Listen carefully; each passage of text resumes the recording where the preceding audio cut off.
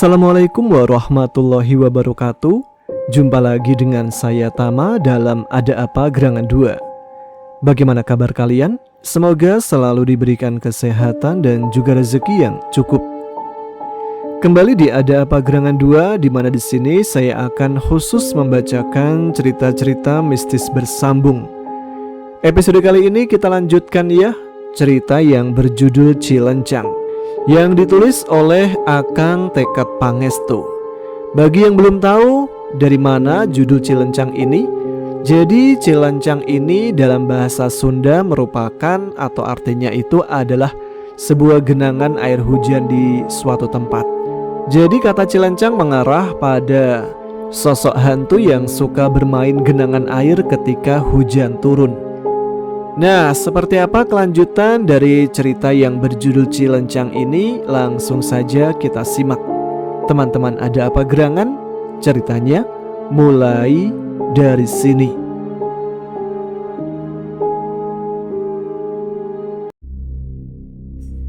Malam semakin larut dan kesyahduan semakin memenuhi ruang tamu kontrakan Sylvie saat momen intim yang terjadi antara mereka berdua semakin intens.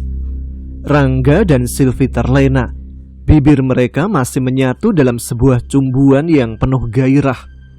Mereka tidak menyadari ada perubahan halus yang mulai menyelimuti ruangan.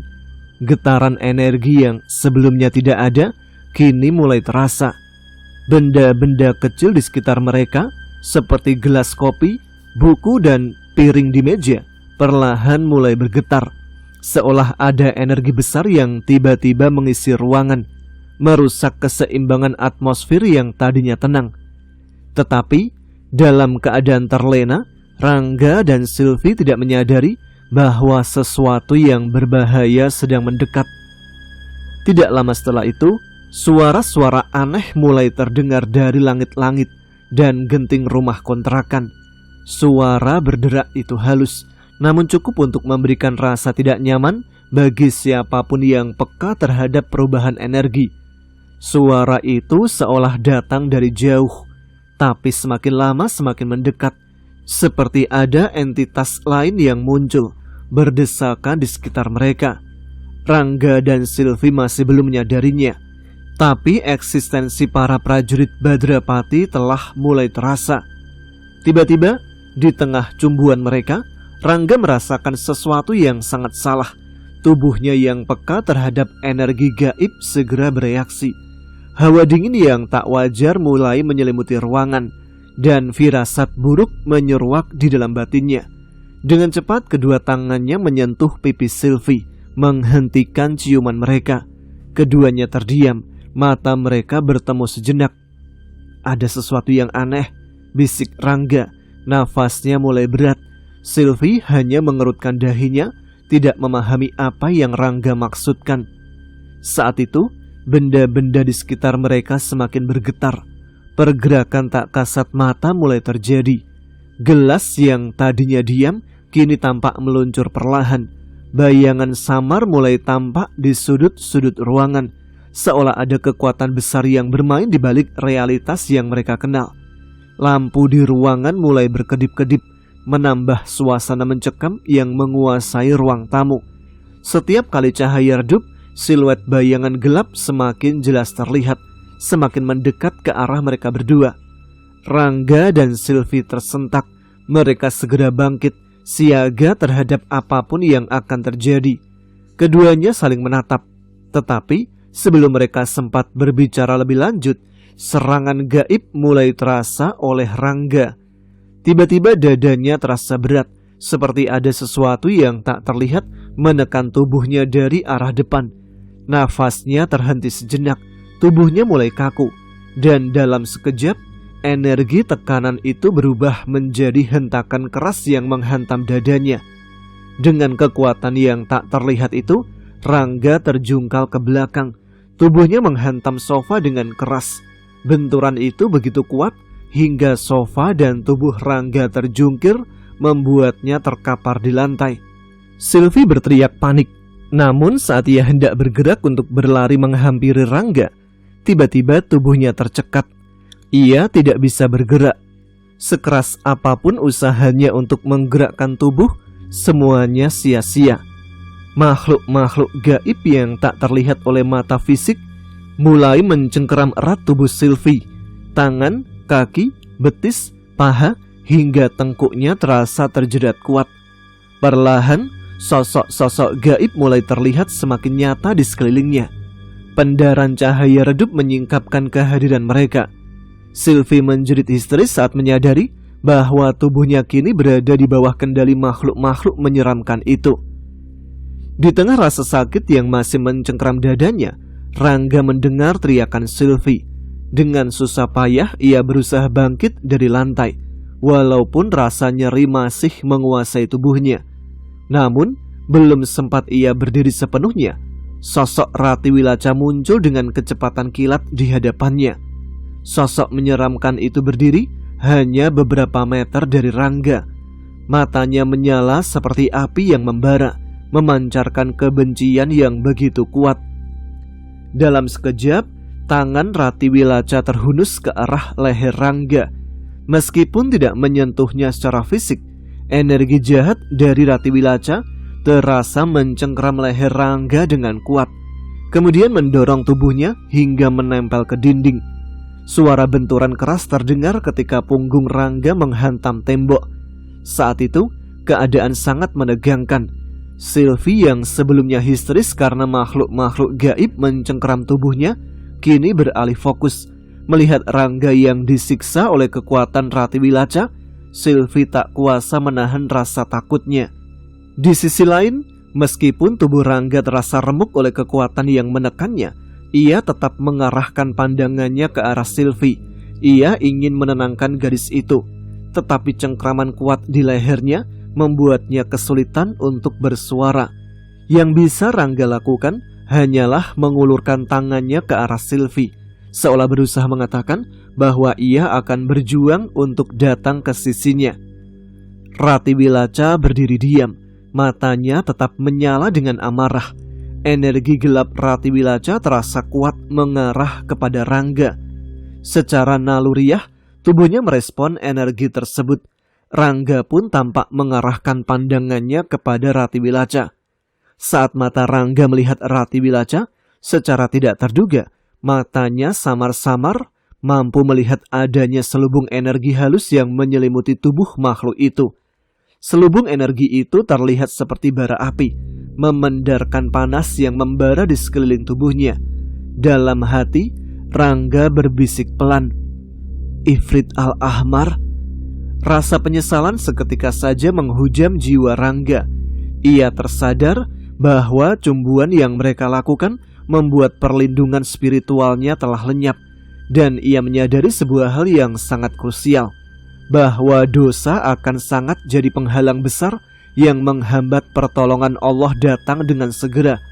Ia teringat nasihat gurunya, Allah menjaminkan pertolongan kepada hamba yang menyerunya, sebagaimana tertuang dalam surat Al-Baqarah ayat 214.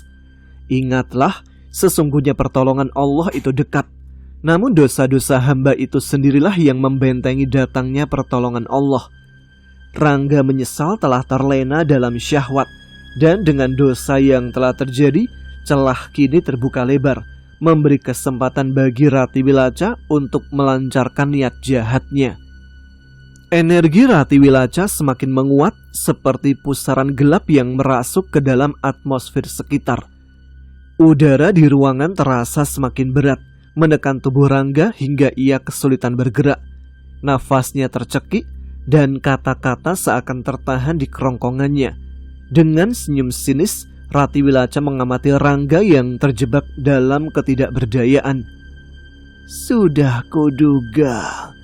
Suaranya mengalun dingin, penuh kebencian yang menancap dalam. "Manusia memang sangat mudah terjerumus dosa." Ia melangkah mendekat, tatapannya semakin sinis. "Ironi bukan? Ketika nafsu binatang memperbudak mereka, derajat mereka yang tinggi menjadi lebih hina dibandingkan binatang. Lihatlah kenyataan. Mereka seringkali melakukan kejahatan yang lebih biadab daripada setan, dan kedurhakaan mereka bisa jauh melebihi iblis.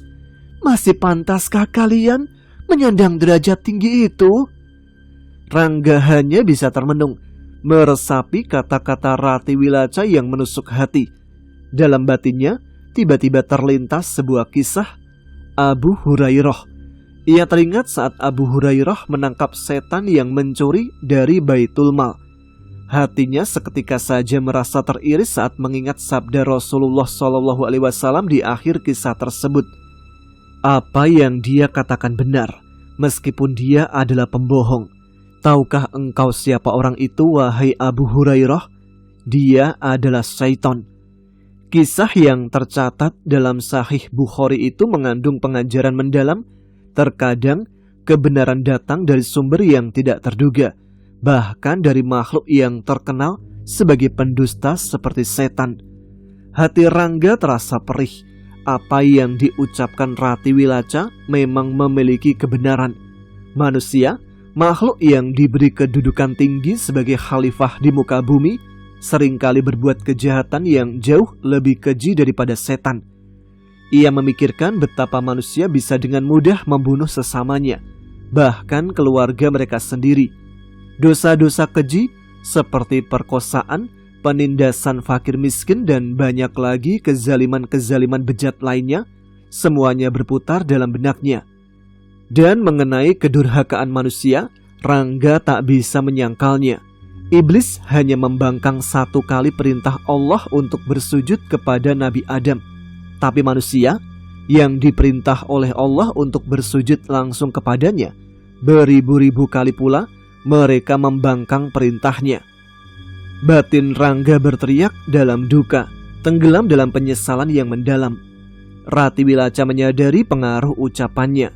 Ia bisa merasakan kekuatan mental Rangga semakin melemah.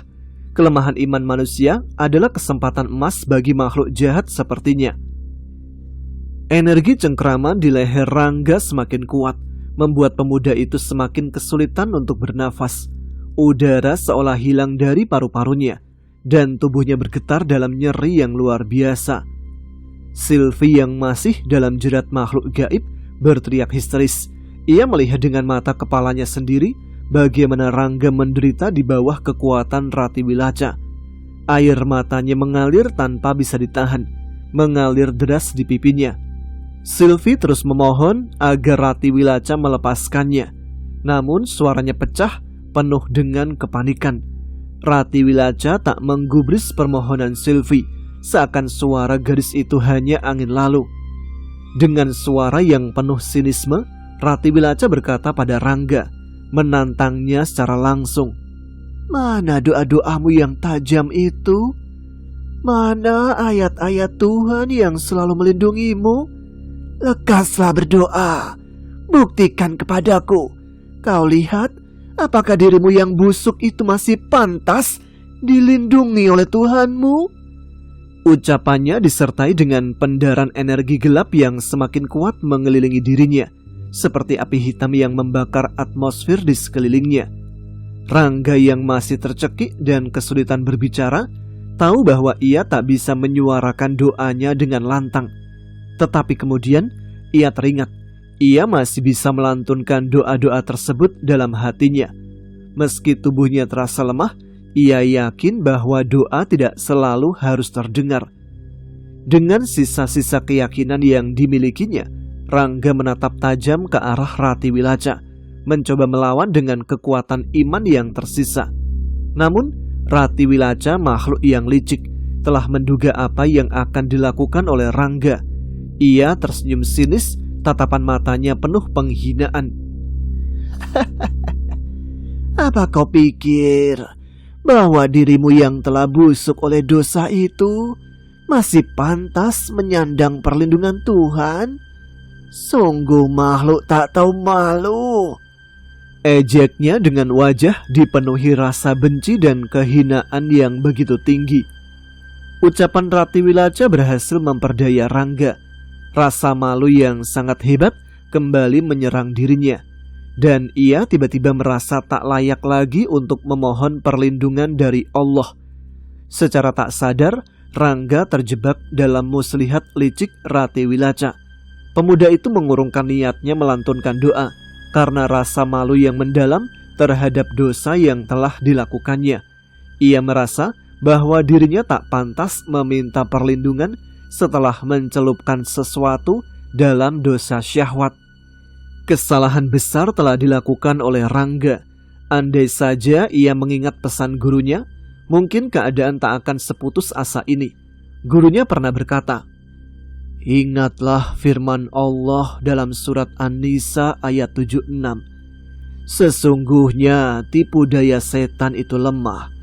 Jangan biarkan dirimu menjadi lemah karena tipu dayanya. Sekalipun dirimu berlumur dosa, Allah Subhanahu wa Ta'ala tidak pernah mengabaikan hamba-hamba yang berserah diri dan bergantung sepenuhnya kepadanya. Berlindunglah engkau kepada Allah yang rahmatnya sangat luas tak terbatas." Namun, muslihat Rati Wilaca telah menjeratnya. Rangga kini terjebak dalam rasa bersalah yang menghambat segala bentuk pertolongan. Rati Wilaca tertawa, suaranya penuh ejekan dan kemenangan. "Kau lihat manusia busuk? Kau tidak akan mampu berbuat apa-apa untuk menyelamatkan dirimu," katanya dengan keangkuhan yang mencolok. Lalu dengan perlahan ia mengarahkan pandangannya kepada Sylvie yang masih dalam cengkraman makhluk-makhluk gaib. "Prajuritku akan membawa perempuan ini ke alam berkasan, dan aku akan memulai ritual penyatuan di sana. Satu buku dan tubuhnya menyatu, menghancurkan dan menguasai alam parewangan akan menjadi kenyataan." Mata Rati Wilaca semakin bersinar terang, penuh dengan amarah dan nafsu akan kekuasaan. Sylvie menjerit panik. Ia tahu apa yang akan dilakukan Rati Wilaca adalah hal yang mengerikan. Rangga yang masih terjebak dalam cengkraman di tembok berteriak dalam batinnya. Ia ingin melawan, ingin menyelamatkan Sylvie, namun tak ada satupun yang bisa ia lakukan. Tubuhnya lumpuh, pikirannya terperangkap, dan rasa bersalah semakin kuat membelenggunya. Batinnya berontak, tetapi ia tak mampu melakukan apapun untuk menggagalkan rencana jahat Rati Wilaca. Keadaan semakin genting, nyaris tak ada harapan tersisa bagi Rangga dan Sylvie. Putus asa melanda mereka berdua dengan hebat. Sylvie semakin tercekik dalam genggaman makhluk-makhluk gaib. Sementara Rangga yang nyaris kehilangan nafas tergantung tanpa daya di bawah tekanan cengkraman Rati Wilaca. Waktu seakan melambat, dan di antara deru nafas berat dan jerit hati yang tak terdengar, semua rencana jahat Rati Wilaca tampak akan berjalan dengan mulus. Tidak ada yang bisa menghentikan kekuatan jahat itu. Kini mereka terjebak. Namun tiba-tiba saja, sebuah suara terdengar sayup-sayup, menembus atmosfer yang mencekam. Suara azan subuh. Suara itu mulai berkumandang di udara, seperti gelombang suci yang menyapu seluruh ruangan. Suara azan menggema dengan lembut namun penuh kekuatan. Rati Wilaca dan para prajuritnya terkejut. Prajurit-prajurit gaib yang sebelumnya mencengkram Ratu Sylvie kini tampak panik.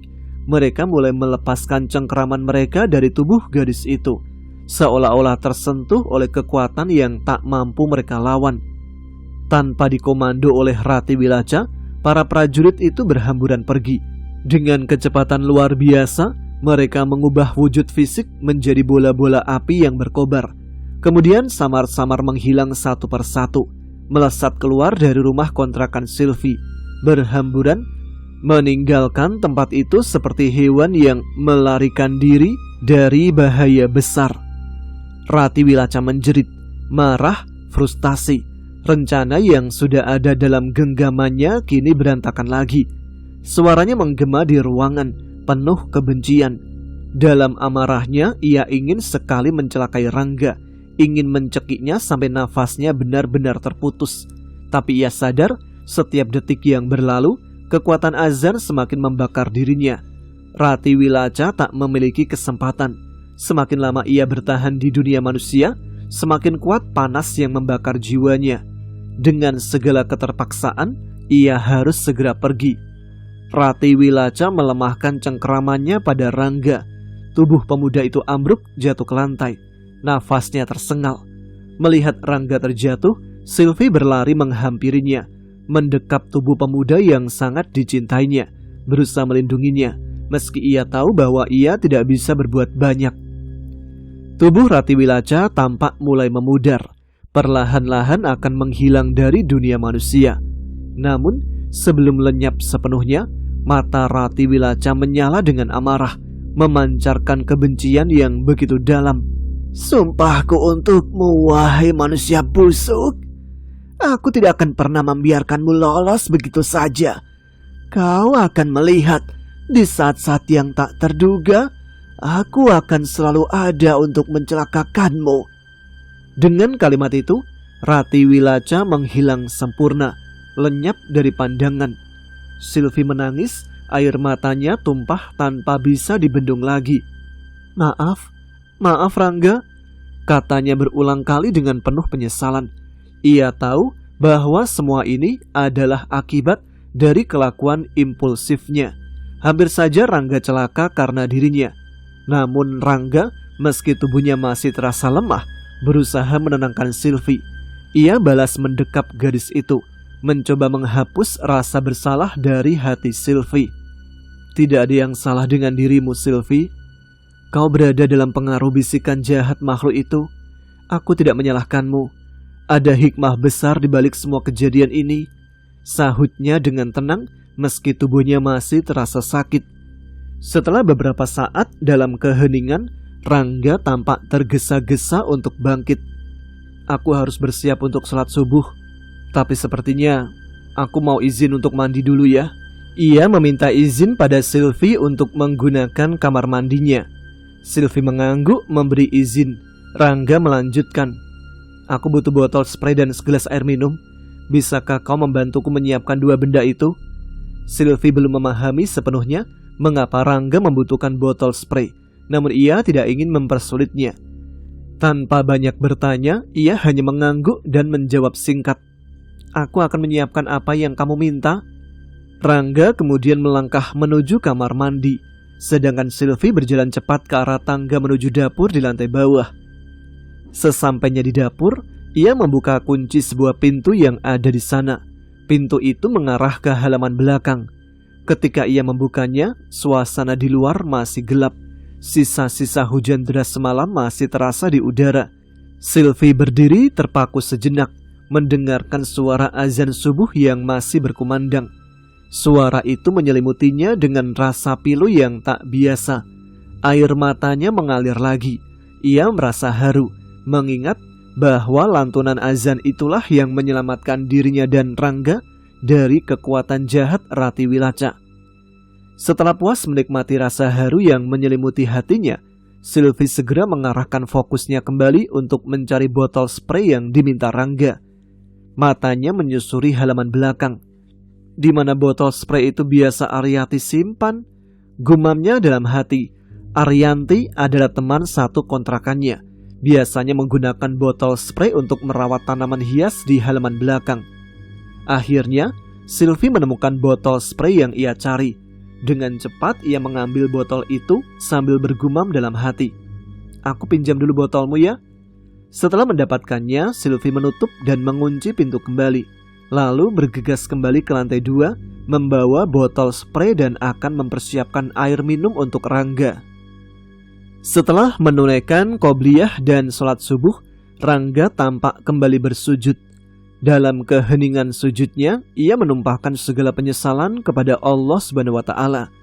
Pengakuan diri mengalir dalam hatinya, bahwa dirinya telah melakukan kesalahan-kesalahan besar. Istighfar terucap penuh kerendahan hati. Ia memohon ampunan tidak hanya untuk dirinya sendiri, tetapi juga untuk Sylvie. Setelah cukup lama dalam sujud istighfar yang penuh ketulusan, Rangga bangkit, melepas sarungnya, dan melipat sajadah dengan hati-hati. Ia menyimpan semuanya di atas meja kamar Sylvie sebelum melangkahkan kakinya menuju ruang tamu. Di sana, Sylvie sudah duduk di sofa yang kini rapi kembali. setelah sebelumnya terjungkal akibat kejadian beberapa saat tadi. Dengan gelas di tangan kanannya dan botol spray di tangan kirinya, ia tampak menanti. Rangga segera menghampiri dan duduk di sebelahnya. Sylvie menyerahkan botol spray sambil berkata, "Ini Ga, botol spray yang kamu pinta, tapi isinya masih air mentah karena ini biasa Arianti pakai untuk menyiram tanaman. Apa airnya perlu dibuang dulu?" Rangga menggeleng sambil tersenyum tipis. "Gak perlu dibuang, Vi. Aku emang butuh air mentah dalam botol spray itu," jawabnya. Ia lalu menjelaskan lebih lanjut, "Aku akan membuat air ruqyah, meminta perlindungan dari Allah untuk tempat ini." Rangga menatap Sylvie dengan kesungguhan, membuat gadis itu faham. Sylvie tersentuh oleh apa yang akan Rangga lakukan. Hatinya terasa damai, bersyukur bahwa Rangga akan menciptakan perlindungan spiritual untuk kontrakannya. Ia juga akhirnya menyadari air minum yang diminta Rangga bukan untuk dirinya yang kelelahan, melainkan untuk menjadi media air ruqyah bagi Sylvie sendiri. Rasa terharu menyelimutinya melihat betapa penuh kasih Rangga menjaga dirinya. Dengan lembut ia menyodorkan gelas air itu pada Rangga sambil berkata, "Minum dulu Ga, kamu juga lelah kan karena semua hal yang terjadi? Setelah kamu meminumnya, aku akan bersedia meminum air ruqyah dari gelas ini." Rangga tertegun sejenak lalu tersenyum. Dengan hati-hati ia mengambil gelas tersebut tanpa membiarkan kulit mereka bersentuhan agar wudunya tetap terjaga. Sylvie yang memahami hal itu juga membantu dengan berhati-hati mengarahkan pegangan gelas dengan hati-hati ke arah Rangga. Setelah 3 tegukan, Rangga meletakkan gelas itu di meja sudut ruangan. Kemudian ia membuka penutup botol spray itu dan mulai melantunkan ayat-ayat Al-Quran serta doa-doa perlindungan dengan suara lantang dan penuh keyakinan. Ia tampak mendekatkan mulutnya pada air di dalam botol spray. Prosesi ruqyah berlangsung selama hampir 30 menit. Sementara itu, Sylvie yang kelelahan akibat peristiwa-peristiwa yang dialaminya sejak kemarin siang, perlahan merasa tenang mendengar lantunan ayat suci dari Rangga. Tak disangka, Sylvie tertidur. Pipinya bersandar pada punggung sofa dan tangannya saling menggenggam satu sama lain. Rangga menyadari hal itu, namun ia tetap menjaga ketenangan, bahkan menurunkan suaranya agar tidak membangunkan Sylvie. Ia melanjutkan pembacaan ruqyah hingga selesai, memfokuskan pikiran sepenuhnya kepada Allah SWT, memohon perlindungan bagi tempat itu. Setelah selesai, Rangga bangkit dengan hati-hati agar tidak mengganggu tidur Sylvie. Ia turun ke lantai bawah, menyemprotkan air ruqyah ke seluruh sudut ruangan. Bibirnya tak henti-hentinya melantunkan Al-Mu'awwidzatain dan ayat kursi. Setiap tembok, setiap sudut tidak luput dari perlindungan gaib yang Rangga lakukan, kecuali kamar Arianti dan Vina, teman satu kontrakan Sylvie. Rangga hanya bisa menyemprotkan air ruqyah ke pintu kamar mereka, karena kedua gadis itu sedang pulang kampung. Batin Rangga sedikit terganggu. Ia merasa akan lebih tenang jika Arianti dan Vina sudah kembali ke kontrakan, karena mereka bisa menemani Sylvie saat ia tidak ada. Namun ia segera memusatkan kembali pikirannya kepada Allah, berdoa agar perlindungannya senantiasa menyertai Sylvie. Setelah menyelesaikan ruqyah di lantai bawah, Rangga melanjutkan ke lantai atas, menyemprotkan air ruqyah di ruang tamu, dapur lantai 2, dan kamar Sylvie. Setelah semua selesai, ia menyimpan botol spray di meja sudut ruang tamu dan mengambil gelas air minum yang tadi telah disiapkan oleh Sylvie. Dalam hatinya ia berdoa agar air ruqyah itu mampu menyegel karakter Sayuni dalam tubuh Sylvie, agar tidak lagi mudah menarik makhluk jahat dari alam lain. Dengan hati-hati, Rangga mendekatkan mulutnya ke gelas itu dan melantunkan ayat-ayat Al-Isra ayat 45, Yasin ayat 9, dan Al-Hadid ayat 13 dengan beberapa ulangan. Setelah selesai, ia menyimpan gelas tersebut di atas meja. Rangga tak tega membangunkan Sylvie untuk meminum air ruqyah itu, membiarkan gadis itu tetap terlelap. Ia tahu setelah bangun, Sylvie akan mengerti bahwa ia harus meminumnya. Rangga menatap Sylvie yang sedang tertidur di sofa. Hatinya terenyuh melihat posisi tidur Sylvie yang tampak tidak nyaman. Ia khawatir tubuh Sylvie akan pegal jika dibiarkan terlalu lama dalam posisi itu. Dengan hati-hati Rangga mendekat dan mengangkat tubuh Sylvie ke pelukannya. Meski sempat tersadar sedikit, Sylvie mendengar suara lembut Rangga yang menenangkannya, menyuruhnya untuk tetap tidur. Sampai di kamar, Rangga dengan lembut membaringkan Sylvie di kasurnya. Ia memastikan kepala Sylvie beralaskan bantal dengan nyaman. Saat Rangga hendak beranjak pergi, tiba-tiba tangan Sylvie yang masih setengah tertidur segera menyambar tangan Rangga, seraya berkata dengan suara lirih, "Jangan pergi, jangan menjauh, temani aku di sini." Hati Rangga tergerak, tak kuasa menolak permintaan Sylvie. Ia pun duduk di pinggiran kasur dan mengusap lembut kepala gadis itu. "Aku gak akan kemana-mana, Vi. Tidur yang lelap ya, kesayangan," bisiknya lembut. Mendengar ucapan tersebut, Sylvie semakin tenang untuk kembali terlelap. Rangga terus mengusap kepalanya dengan penuh kasih sayang hingga yakin bahwa Sylvie telah benar-benar tenggelam dalam tidurnya. Dengan hati-hati, Rangga menarik tangannya dari genggaman Sylvie, lalu mengambil selimut untuk menyelimuti tubuh gadis itu. Setelah itu, ia melangkah keluar menuju ruang tamu. Di sana Rangga merasa kelelahan, tubuhnya terasa remuk, dan rasa kantuk yang tak tertahankan akhirnya menyerang. Ia mencoba memejamkan mata sejenak di sofa untuk menghilangkan rasa lelah. Namun tanpa disadari, Rangga jatuh tertidur di sofa. Tubuhnya menyerah pada rasa kantuk yang mendominasi. 4 jam berlalu, Rangga masih tertidur lelap di sofa ruang tamu. Rasa kantuk dan lelah yang luar biasa menjerat tubuhnya. Namun, di tengah tidurnya, kesadarannya perlahan mulai hadir. Telinganya menangkap suara gaduh, seperti suara 2 orang yang bertengkar di lantai bawah. Matanya terasa sangat lengket, begitu berat untuk dibuka. Tubuhnya masih terasa lelah. Namun suara itu semakin jelas, semakin memanggil kesadarannya. Tiba-tiba kesadarannya tersentak. Ia membuka matanya dengan cepat. Tatapan terkejut tergambar jelas di wajahnya. Suara Franz yang meledak-ledak terdengar dari bawah, memenuhi udara dengan amarah yang tak terbendung. Rangga mendengar sayup-sayup suara Sylvie yang mencoba menjelaskan situasi, tetapi Franz tidak mendengarkan. Rangga tercekat sejenak, namun segera bangkit dari posisi tidurnya. Ketika ia mencoba bergerak, pandangannya tertuju pada sesuatu, selimut Sylvie yang membalut tubuhnya. Sejenak ia tertegun merenungi tindakan Sylvie yang menyelimutinya saat ia tertidur. Namun, suara pertengkaran dari lantai bawah semakin keras. "Kamu itu gak berangkat kuliah. Aku kesulitan menghubungimu. Aku datang ke sini untuk melihat keadaanmu. Terus, gimana aku gak terkejut melihat motor Rangga di halaman kontrakanmu, ha?" Suara Franz menggelegar penuh kemarahan. Sylvie merespon dengan tegas. "Makanya dengerin dulu penjelasanku. Aku bisa jelaskan semua ini." Tapi suara Franz terdengar tidak terkontrol. "Apa kalian tidur bersama?" Kegeraman terdengar jelas di udara. Sylvie berteriak lantang. "Lancang kamu menuduh seperti itu?" Mendengar semua itu, Rangga segera bergerak. Ia tak bisa membiarkan hal ini berlangsung lebih lama.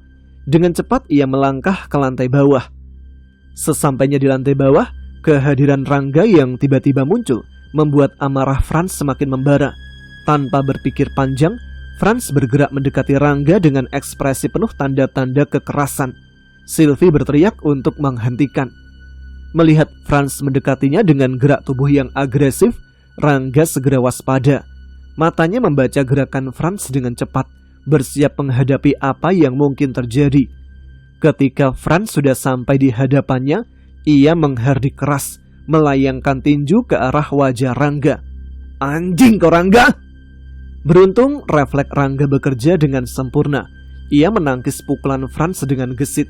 Sambil membungkuk sedikit, adrenalin memacu tubuhnya untuk bersiap dengan keadaan yang semakin tegang. Melihat pukulannya gagal, Franz semakin kalap. Ia terus melancarkan serangkaian pukulan lagi. Namun Rangga yang sudah siap dengan cepat menghindari serangan-serangan tersebut. Suasana menjadi semakin panas. Suara teriakan Sylvie tak mampu menghentikan serangan Franz. Dalam hatinya, Franz menyadari bahwa Rangga tidak membalas. Ia hanya bertahan, tidak membalas serangan dengan serangan. Tapi kemarahan yang menguasai Franz membuatnya tak peduli. Franz melihat celah dan segera melayangkan tendangan keras ke arah perut Rangga.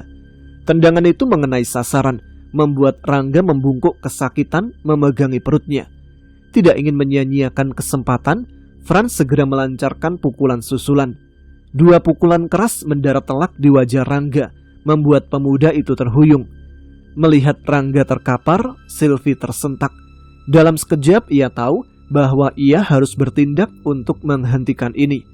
Tanpa berpikir panjang, Sylvie berlari ke arah Franz dan mendorong tubuhnya dengan kuat agar menjauh dari Rangga. Dorongan itu berhasil. Franz terdorong ke samping. Meskipun ia tidak terjatuh, serangannya terhenti. Tak terduga dengan cepat Sylvie menghampiri Franz. Sebuah tamparan keras mendarat di wajahnya. Franz tersentak, spontan memegangi pipinya yang memerah akibat tamparan Sylvie. Wajahnya terlihat meringis menahan sakit. Namun tamparan itu juga berhasil menghentikan amarahnya sejenak. Sylvie segera bergegas ke arah Rangga, mencoba menegakkan tubuhnya yang terhuyung. Namun di luar dugaan, Rangga dengan lembut melepaskan genggaman Sylvie yang memeluknya. Sylvie tertegun, hatinya terasa pilu, seolah-olah Rangga menolak bantuannya. Dalam benaknya, ia bertanya dengan sedih, "Rangga, apakah kau marah sama aku?" Rangga perlahan bangkit, meskipun tubuhnya masih terasa nyeri akibat serangan Franz. Bagian sudut bibir Rangga terlihat berdarah. Matanya terpaku pada Franz. Amarah bersemayam dalam dirinya. Namun Rangga tahu ia tak bisa melanjutkan perkelahian ini. Keberadaan Sylvie di antara mereka membuatnya sadar ia tak boleh membiarkan gadis itu tak sengaja terluka di tengah-tengah pertikaian mereka. Dengan nada yang dingin namun tajam, Rangga bersuara kepada Franz, "Kalau lu masih belum puas, lu tinggal kabari gua buat nentuin waktu dan tempatnya. Tapi sekarang keselamatan Sylvie lebih penting karena kejadian-kejadian aneh yang menimpanya. Gua harap lu gak berlaku tolol dengan gak kasih kesempatan Sylvie buat ngejelasin semuanya." Sarkasme terdengar jelas dari ucapannya. Namun Franz hanya terdiam tak bereaksi. Rangga kemudian mengarahkan pandangannya pada Sylvie. "Vi, aku pamit pulang ya. Sebentar lagi waktunya sholat Jumat. Aku harus segera pulang untuk bersiap." Tanpa menunggu jawaban dari Sylvie, Rangga segera melangkah keluar kontrakan. Sylvie yang terkejut segera memanggil Rangga, berharap ia akan membatalkan niatnya untuk pergi. Namun Rangga tak menggubrisnya. Ia terus berjalan keluar dari pintu depan. Kemudian mengambil helm dan jas hujan yang semalam tadi ia lemparkan ke lantai teras depan kontrakan Sylvie, lalu menaiki motornya. Setelah menyalakan mesin, ia melaju melewati gerbang kontrakan yang sebelumnya telah dibuka oleh Franz. Rangga pergi meninggalkan kontrakan Sylvie tanpa sepatah kata pun. Sepeninggal Rangga, suasana di kontrakan Sylvie masih memanas. Franz berdiri di tengah ruangan. Amarah yang meradang masih menguasainya. Matanya menatap tajam ke arah Sylvie mencari jawaban. "Kau kira aku tidak menyadarinya?" Franz mulai berbicara, suaranya ketus. "Kamu itu selalu membela Rangga. Apapun yang kulakukan, apapun usahaku, di matamu aku tidak pernah bisa lebih baik dari dia. Jangan-jangan diam-diam kau masih mencintainya," tuduh Franz. Sylvie sesaat terdiam, memandang Franz dengan tatapan dingin. Namun tiba-tiba, di luar dugaan Franz, Sylvie terdengar tegas berkata, "Apa yang kau katakan itu semuanya benar. Aku mengakui, Franz, betapa aku masih sangat mencintai Rangga." Mata Sylvie seketika saja berkaca-kaca. "Mengapa kamu hadir di antara aku dan Rangga? Mengapa kamu bisa mendapatkan dukungan kuat dari ayahku dengan mudah, sehingga cinta kami hancur?" Sylvie berusaha menguatkan dirinya untuk tidak menangis. Franz tertegun sesaat. Hatinya mengakui kebenaran yang ada atas ucapan-ucapan Sylvie. Batin Franz menggumam, "Iya benar, aku adalah orang yang merusak hubungan kalian. Namun sayangnya, egonya yang besar mengalahkan keadaan. Ia tetap bersikukuh menyatakan diri bahwa ia lebih pantas menjadi kekasihnya dibanding Rangga. Dengan nada tinggi, Franz berkata, "Cintaku padamu itu jauh lebih besar dari apa yang dimiliki Rangga. Coba kau lihat, seberapa sering Rangga mampu menunjukkan cintanya padamu seperti aku. Seberapa seringkah Rangga bisa menunjukkan ingin selalu ada di sisimu seperti aku. Seberapa sering Rangga bisa menyediakan apa-apa yang kamu butuhkan seperti aku. Aku lebih dari segalanya dibanding Rangga." Namun saat kata-kata itu keluar, ada sesuatu yang seketika saja mengganggu batin Franz. Sesuatu yang tidak pernah dia akui, sekalipun pada dirinya sendiri. Benarkah semua ini hanya tentang cinta? Atau ada keinginan tersembunyi yang lebih besar? Keinginan untuk mengalahkan Rangga dalam segalanya. Franz menggertakkan giginya, mencoba menahan perasaan yang perlahan menyusup ke pikirannya. Sejak dulu, Rangga selalu berada di jalur yang sama dengannya. Dalam organisasi kampus, prestasi, bahkan nilai-nilai kuliah. Setiap kali Rangga seolah menjadi bayangan yang tak bisa dia kalahkan. Kini, dalam hati Franz ada pengakuan kecil yang memalukan namun nyata. Dia ingin merebut Sylvie bukan karena sekedar cinta, tetapi karena Rangga telah memilikinya lebih dahulu. Ini bukan hanya soal cinta, ini tentang kemenangan, tentang membuktikan bahwa dia lebih unggul dari Rangga dalam segalanya, termasuk dalam merebut Sylvie. Franz segera menepis perasaan itu. Egonya dengan cepat mengambil alih lagi dirinya. "Aku lebih pantas darinya, Sylvie. Aku!" teriaknya lagi. Ada rasa sesak yang menyeruak ke dada Sylvie saat mendengarnya. Ucapan Franz yang terus-menerus menghina Rangga membuat kepalanya terasa berputar. Rasa jengah, marah, dan sedih bercampur menjadi satu. Air mata mulai menggenang di pelupuk matanya. Tetapi bukan hanya karena sebatas cinta yang hilang. Ini lebih dalam dari itu. Pikirannya mulai melayang ke tempat lain. Kesan-kesan dari masa lalu saat ayahnya selalu menekan Rangga, meremehkan kemampuan dan ketulusannya hanya karena Rangga bukan dari keluarga berada. Begitu pula dengan Franz yang sekarang menggunakan logika yang sama, menilai kasih sayang Rangga berdasarkan materi, prestis, dan kehadiran fisik semata. Batinnya menjerit mengeluarkan pembelaan pada Rangga. "Kalian picik, kalian tidak mengetahui keadaan yang sebenarnya. Rangga memang jarang mengungkapkan perasaan kasihnya padaku, tapi kalian harus tahu bahwa kasih sayang Rangga kepadaku bukanlah sekedar kata. Bila hatiku tak merasakannya dengan nyata segala kasih sayang yang ia curahkan, tidak mungkin jiwaku tergila-gila seperti ini. Dan kalian harus tahu, walaupun saat ini keadaan dia belum terpandang, aku yakin bahwa kebaikan dan kejujuran pribadinya akan mengantarkannya pada keberhasilan. Aku sangat yakin." Rasa frustasi yang hebat perlahan menghancurkan dinding ketegaran yang selama ini Sylvie bangun. Akhirnya, air matanya jatuh, bukan karena menyerah, tetapi karena perasaan sakit yang selama ini terpendam dalam jiwanya. Sylvie semakin tenggelam dalam duka. Saat Franz memperhatikan tangis Sylvie, tiba-tiba saja senyumnya sedikit berkembang. Dia mengira dengan diri yang dipenuhi ego arogannya bahwa air mata itu adalah bukti kemenangan, bahwa Sylvie akhirnya mengakui kebenaran dari semua yang dia katakan. Ia tersenyum bangga, kemudian melangkah mendekati Sylvie sambil berusaha menampakkan wajah penuh kasih. "Udah sayang, tidak perlu dipikirkan lagi ya," ujarnya sambil mengusap-usap bahu Sylvie. "Aku sudah memaafkan kesalahanmu kok. Sekarang aku ambilkan minum ya. Kita lanjutkan ngobrolnya. Kau bisa cerita semua yang kau alami kemarin," ucapnya seraya berusaha bernada manis dan bersikap lembut. Perbuatan dan perkataan Franz sontak membuat batin Sylvie protes. Dalam hatinya ia bergumam, "Sudah memaafkan kesalahanku? Apa-apaan ini? Emang bener-bener ya? Overpaid ini orang." Sylvie merasa jengkel.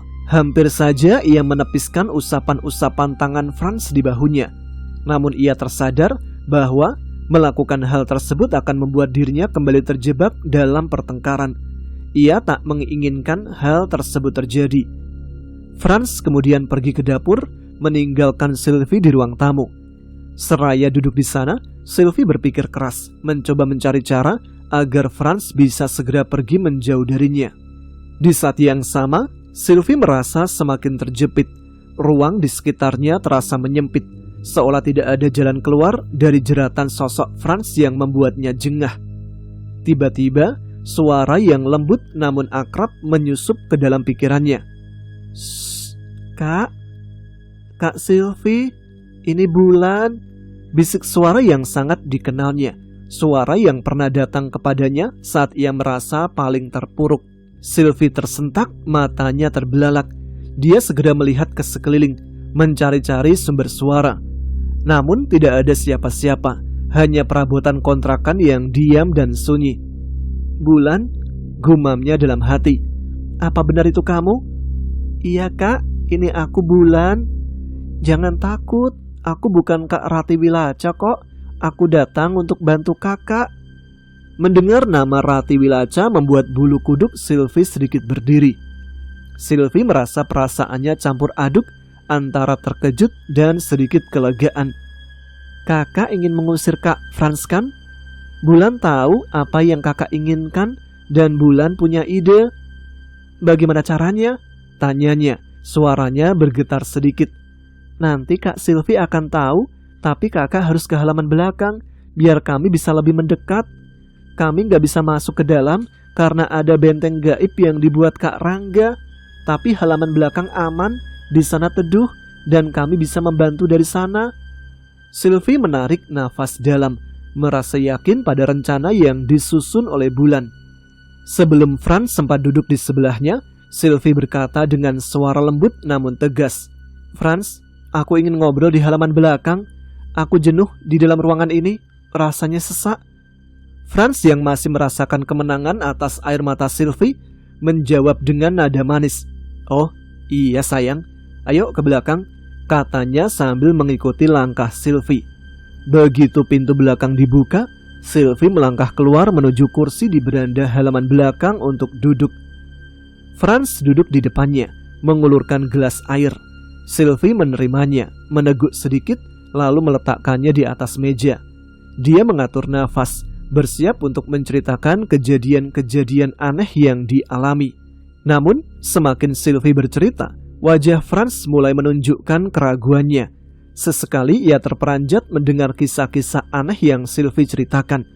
Keberadaan anak ambar, Bagas, Bulan, dan pengalaman supranatural yang Sylvie alami. Namun, di sela-sela keterkejutannya, wajahnya menyiratkan keraguan yang semakin kentara. Sylvie, semua ini seperti cerita dalam buku dongeng atau film horor. Semua ini terlihat mengada-ada. Sylvie menatap Franz dengan sorot mata tajam. Ini bukan dongeng, Franz. Ini bukan kisah fiksi. Semua yang kuceritakan adalah kenyataan yang kualami sendiri. Franz menggeleng pelan, lalu tersenyum tipis. Sylvie, aku sulit mempercayai semua ini. Maksudku, bagaimana mungkin hal-hal seperti itu bisa terjadi? Gak masuk akal. Sylvie seketika merasa kesal. Kau selalu begitu, selalu meragukan apa yang kusampaikan. Apa kau pikir aku bohong? Apa menurutmu aku hanya menciptakan cerita fiksi untuk menghiburmu? Tiba-tiba tanpa Sylvie duga, benda-benda di sekitarnya mulai bergerak. Gelas air di atas meja bergetar pelan, lalu perlahan bergeser beberapa sentimeter. Kursi tempat Franz duduk terasa goyah, seolah ada yang menggoyang-goyangkannya dari bawah. Franz menoleh dengan wajah bingung. Pot bunga di sudut beranda mulai bergetar hebat, membuat daun-daunnya bergemerisik. Segala sesuatu di sekitar tampak tak lazim. Suasana yang normal kini berubah menjadi mencekam. Franz tercekat, matanya membelalak, tubuhnya tegang seketika. Ia merasakan ketakutan menjalar cepat di sepanjang tulang belakangnya, mendinginkan darah di nadinya. Sementara itu, dalam hati Sylvie, rasa girang mulai menyelinap. Franz, sekarang lihat apa yang terjadi? Seru Sylvie, suaranya dibuat-buat gemetar. Apa kau masih menganggap ucapanku dusta?